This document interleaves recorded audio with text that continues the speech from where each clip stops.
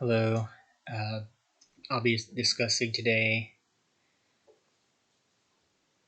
Benjamin Marra's disciples, and he's the Benjamin Marra's the illustrator, but I mention his name because I've read a few of his other things, American Blood and Night Business.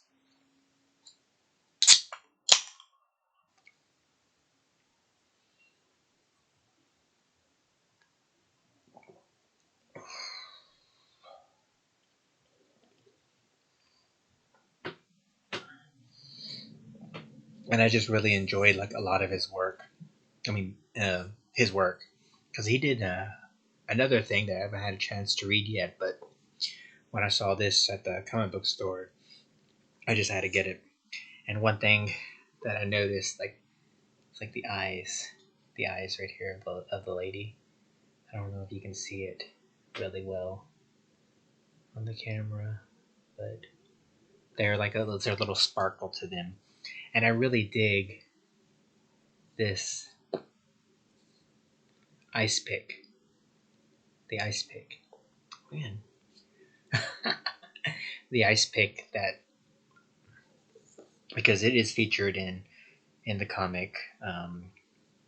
It's called Disciples because like the back of the book, like the bit to bring you in that this young woman is kidnapped, and a few months later, after being kidnapped, she shows up in Death Valley National Park, and apparently she has no recollection of where she was or what was going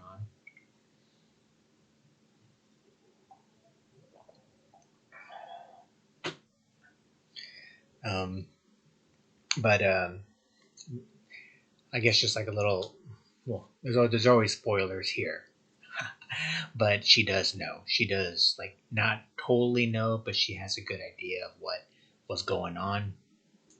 But the authors of the story, David Burke and Nicholas McCarthy, I've never heard of them, but like I mentioned before, I enjoyed Benjamin Marra's work. And the interesting thing about this graphic novel, I guess a few things, is like one is like a twist that you find out at the end, which I thought was totally cool because partway through reading the book, um, I'm like, oh, this is like like a cult thing, but it's not. I mean, I'll get into that in a little bit, but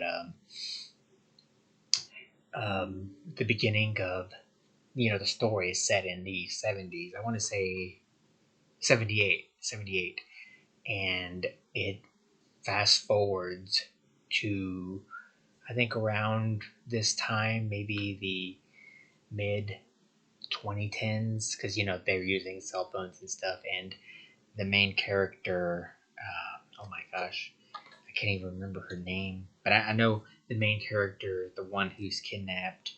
I think her name's Wendy.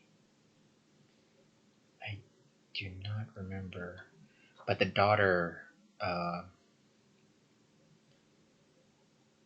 Let's see. I want to say her name's Wendy. Clara. The main character's name is Clara, and Clara eventually has a daughter who's named Ren, who, like, you find out like the cult wants Clara back, and they mistake Ren for Clara at first. Mother and daughter.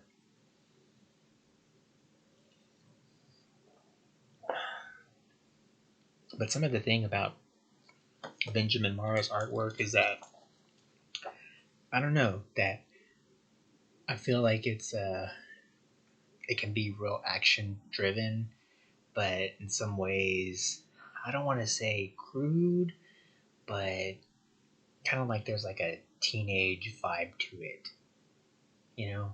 Um, but any part, and here's like one favorite scene in the book where Clara and her friend, I think I think her name was Wendy, but they call her Susie.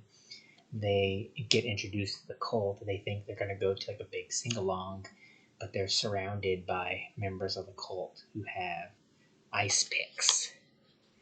And then, it flash forwards to like Death Valley. But I just like the other book Benjamin Marra did. What's it called again? Night Business. That's about like a slasher. Like it's like a 80s type.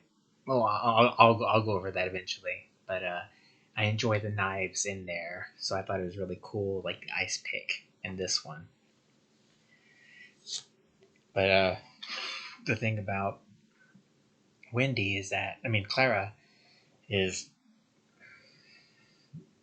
There's a scene in the book where she is like interviewed by like a popular people nightcast, and she basically is telling the interviewer that I don't remember anything. But in this interview, her face is obscured, and so the audience is not supposed to know who she is. But it flashes back.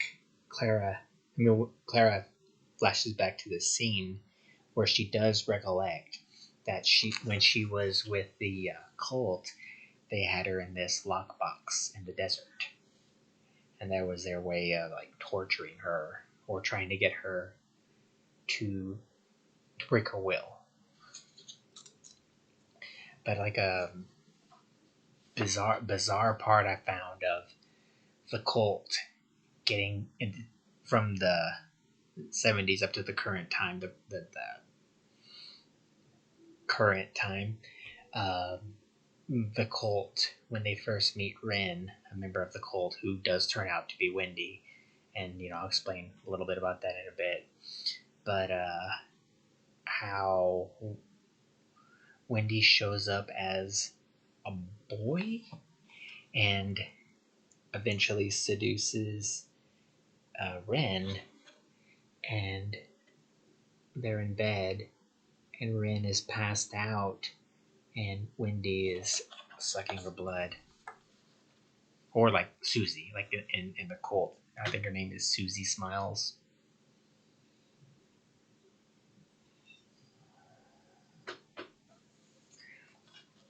I thought that was just a bizarre take to go with. But and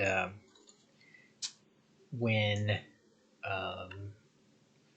the cult is reintroduced to their lives, I enjoyed this little tidbit of a scene where members of the cult are back outside Clara's house.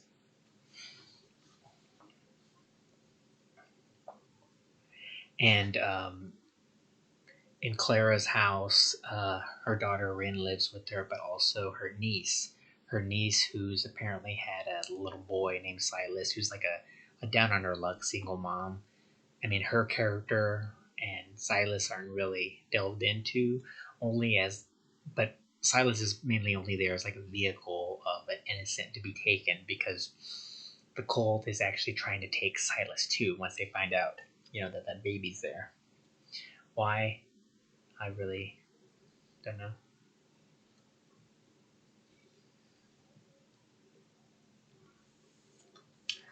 But at the point when the cult's reintroduced and Rin tries to run away, she runs away to the neighbor's house, and it leads to this really awesome scene where the cult members like crash, and I think you could just see like bits of the like action going on, and kind of like I don't know if I can describe Benjamin Marra's art style, but I really enjoy it. It's just seeing that, and actually that scene when I was reading it, I was thinking, what kind of cult, because I was thinking one thing about the cult this entire time, that's just an average cult, but it's not. But I just thought that scene was pretty funny.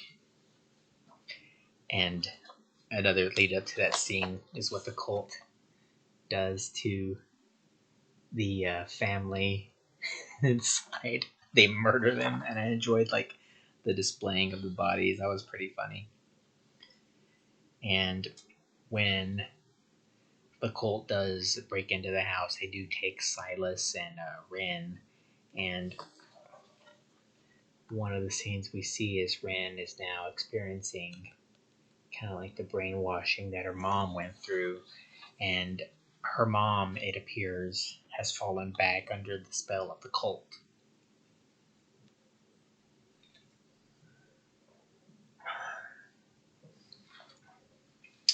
And it's at this point that we come to realize that the cult isn't like a regular cult. It's a vampire cult. And that's what I thought, oh, okay.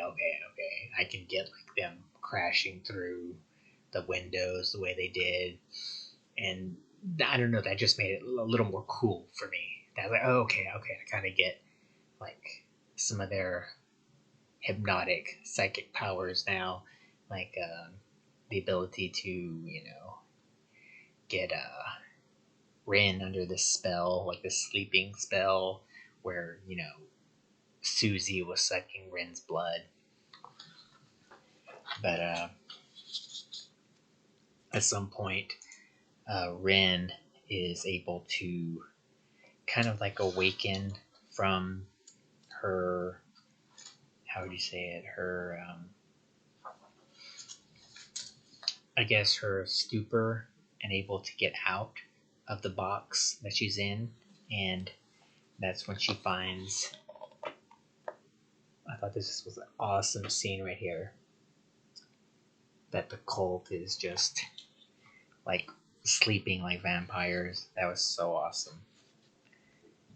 And another thing earlier in the book, that Clara is looking through some little knickknacks she has, and she has this glass eye, and or it looks like a glass eye to me, as a keepsake. And I'm like, what is that about? And apparently it turns out that the leader of the cult, the head vampire, he only has one eye. Apparently Clara had stolen a glass eye from him.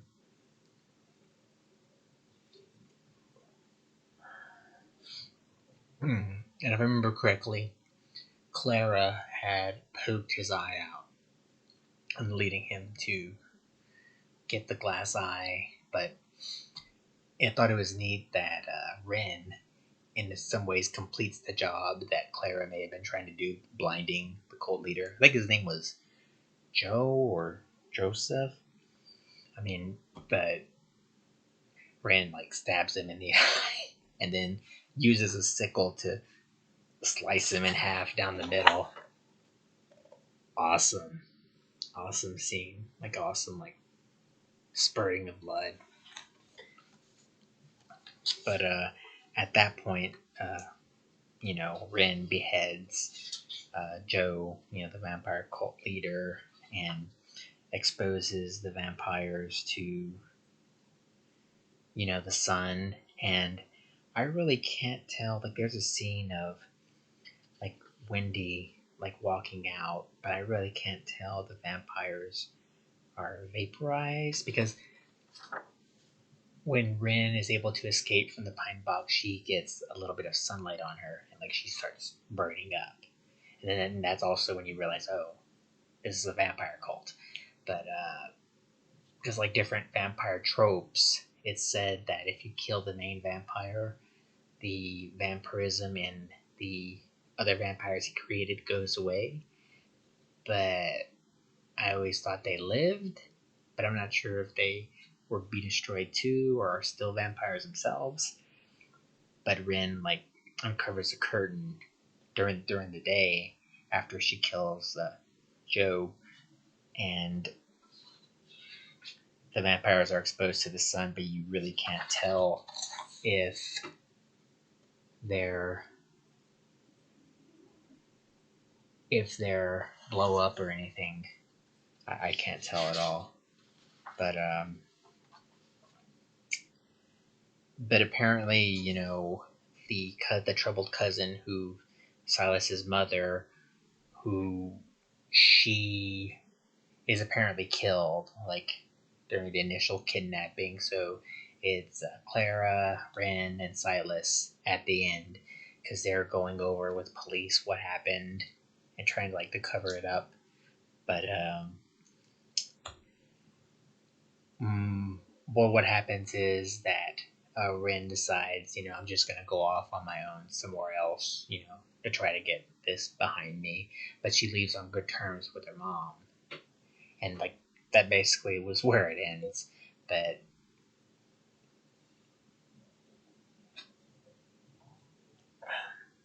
I thought it was a really cool story. Um, just that, I guess, that the twist, like, nowhere in the little headline or anything was it indicated that it was a vampire cult. And I don't know, just that, Benjamin Marra's artwork style, I would give this. I really enjoyed it. I really enjoyed it. I would give this maybe. Mm, I'm tempted to give it like a straight up 5. I mean, because like, but I mean, there are inconsistencies about. Nah, I shouldn't say inconsistencies, but like one of the things I didn't care for, which is like, why did the I guess Wendy have to like pretend she was someone else to try to entice Ren? I didn't get that part. I mean, but that was just like something minor. I guess I would give it like a five, because I really enjoyed it. Like something about like this is like the ice pick that was so awesome. I mean, that's just like a small part of the book, but just the action scenes, the story itself. I mean, I would recommend it. Um, I don't think you'll be disappointed, and I'll be sure to review Benjamin Marra's other work. But yeah, you should go pick it up. I think it's produced by Fantagraphics. So hope you enjoy it.